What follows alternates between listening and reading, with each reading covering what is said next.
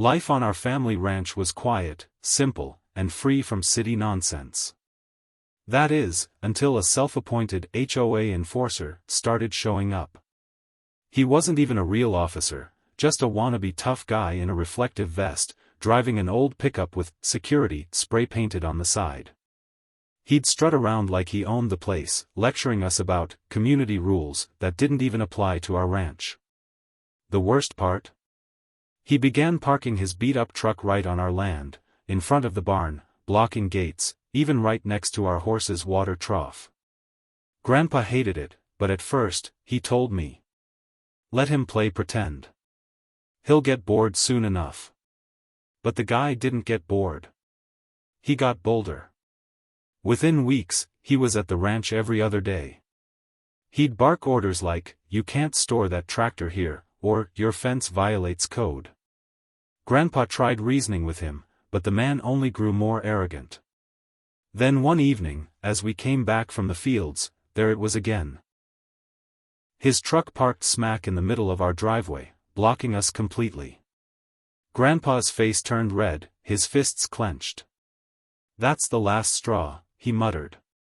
I could tell by his tone, the old cowboy side of Grandpa was about to come out. Grandpa didn't yell, didn't argue, didn't even call the sheriff. He just walked calmly into the barn and came out with a heavy logging chain, the kind used to pull tractors out of mud. He hooked one end to the frame of the trespasser's pickup. The other end? He latched to our John Deere tractor. I couldn't believe what I was seeing. "Grandpa, you're not really gonna." But Grandpa just winked. "If he wants to park here, let's find him a better spot."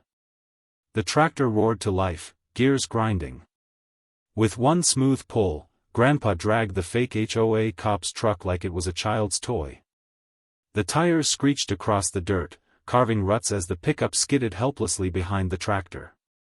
And then, with one last yank, Grandpa pulled the truck straight down the slope, across the pasture, and into the shallow creek that bordered our ranch. The splash echoed like justice itself.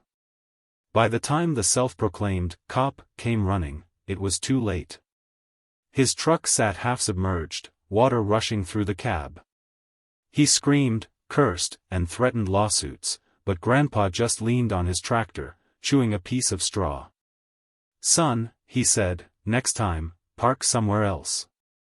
Word spread quickly around the area.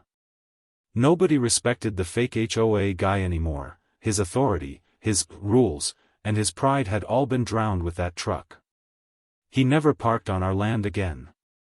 In fact, he stopped showing up at all. As for Grandpa, he became a bit of a local legend. Neighbors would chuckle, saying, "Don't mess with old man and his chains." And me? I learned something that day: when arrogance parks itself on your land, sometimes you don't need words, you just need a tractor, a chain, and a creek.